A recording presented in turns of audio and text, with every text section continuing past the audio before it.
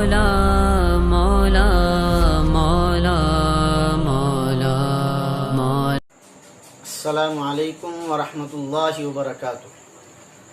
معزز ناظرین، شہد کا ایک قطرہ زمین پر گرتا ہے اور ایک چھوٹی سی چونٹی اس کی طرف دھیرے دھیرے آہستہ آہستہ بڑھتی ہے، اس میں سے تھوڑا سا چکھتی ہے، اس کے بعد اس کو بڑا مزہ آتا ہے۔ پھر وہ اپنے کام کی طرف گامزن ہوتی ہے، لیکن درمیان میں رک کر پھر واپس مڑ جاتی ہے اور دل میں سوچتی ہے کہ 2 مرتبہ اور چکھنا چاہیے۔ پھر وہ دوسری مرتبہ بھی چکھتی ہے، پھر جانے کا ارادہ کرتی ہے لیکن جا نہیں پاتی۔ اس کا دل ہوتا ہے کہ تیسری مرتبہ بھی شہد میں سے تھوڑا سا چکھ لے، چونکہ اس کو مزہ آنے لگتا ہے۔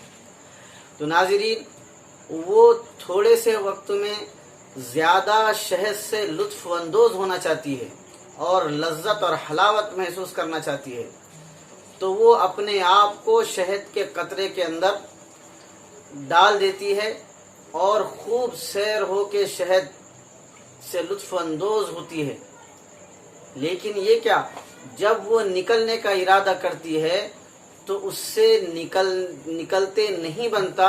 وجہ یہ ہوتی ہے کہ اس کے پیر شہد کی چکناہٹ کی وجہ سے چپک جاتے ہیں، وہ نکل نہیں پاتی۔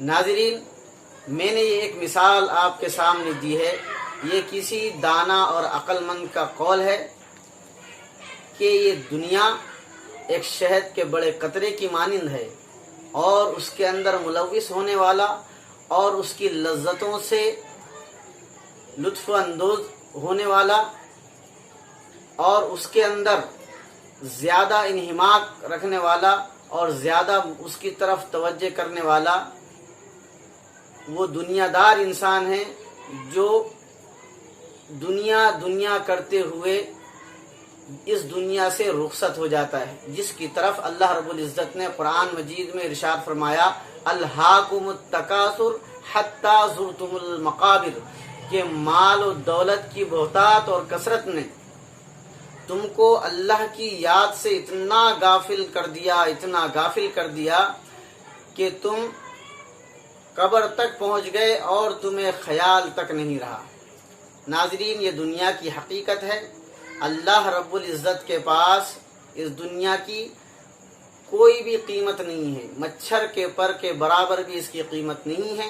اللہ کے حبیب صلی اللہ علیہ وسلم کا ارشاد ہے کہ الدنیا جیفت و طالبها کلاب، کہ دنیا مردار ہے اور اس کا چاہنے والا کتا ہے۔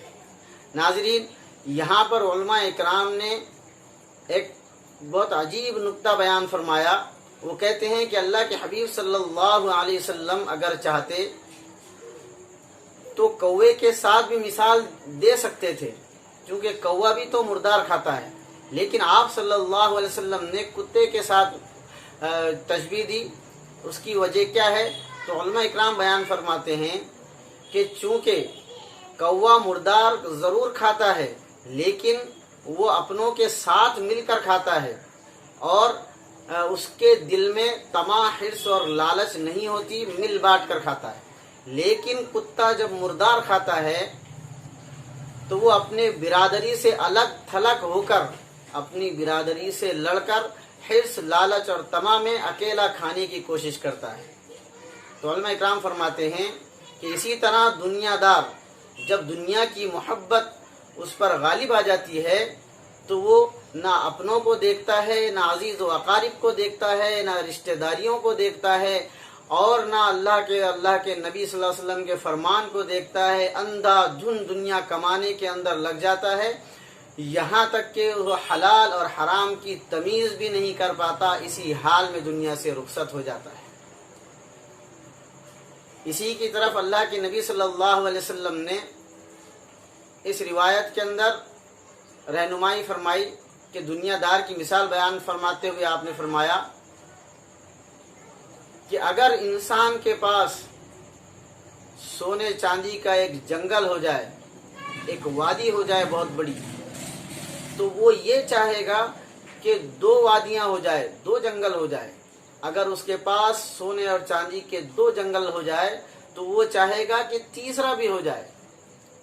پھر آپ صلی اللہ علیہ وسلم نے فرمایا کہ ابن آدم کا پیٹ قبر کی مٹی ہی بھر سکتی ہے۔ ناظرین، ہمیں دنیا سے محبت نہیں کرنا چاہیے۔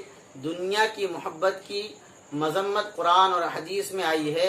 اللہ رب العزت نے دنیا کے بارے میں فرمایا انما هذه الحیات الدنیا لہو ولعب، کہ یہ دنیا ایک کھیل تماشے کے سوا کچھ نہیں ہے، اور اللہ کے نبی صلی اللہ علیہ وسلم نے اس کو مردار قرار دیا اور اس کے چاہنے والوں کو کتا قرار دیا ہے۔ اس لیے ناظرین، ہمیں اللہ اور رسول صلی اللہ علیہ وسلم کے فرمان کو پیش نظر رکھتے ہوئے اس دنیا کی محبت کو اپنے دل میں نہیں آنے دینا چاہیے۔ اپنے پیش نظر فکر آخرت ہونی چاہیے۔ اللہ سے دعا ہے کہ اللہ رب العزت دنیا کی مذمت ہمارے دلوں میں پیدا فرما دے اور آخرت کی فکر ہمارے دلوں کے اندر پیدا فرما دے، اور ہمیں اللہ اور اللہ کے حبیب صلی اللہ علیہ وسلم کے فرمان کے مطابق عمل کرنے کی توفیق عطا فرمائے۔ السلام علیکم ورحمۃ اللہ وبرکاتہ۔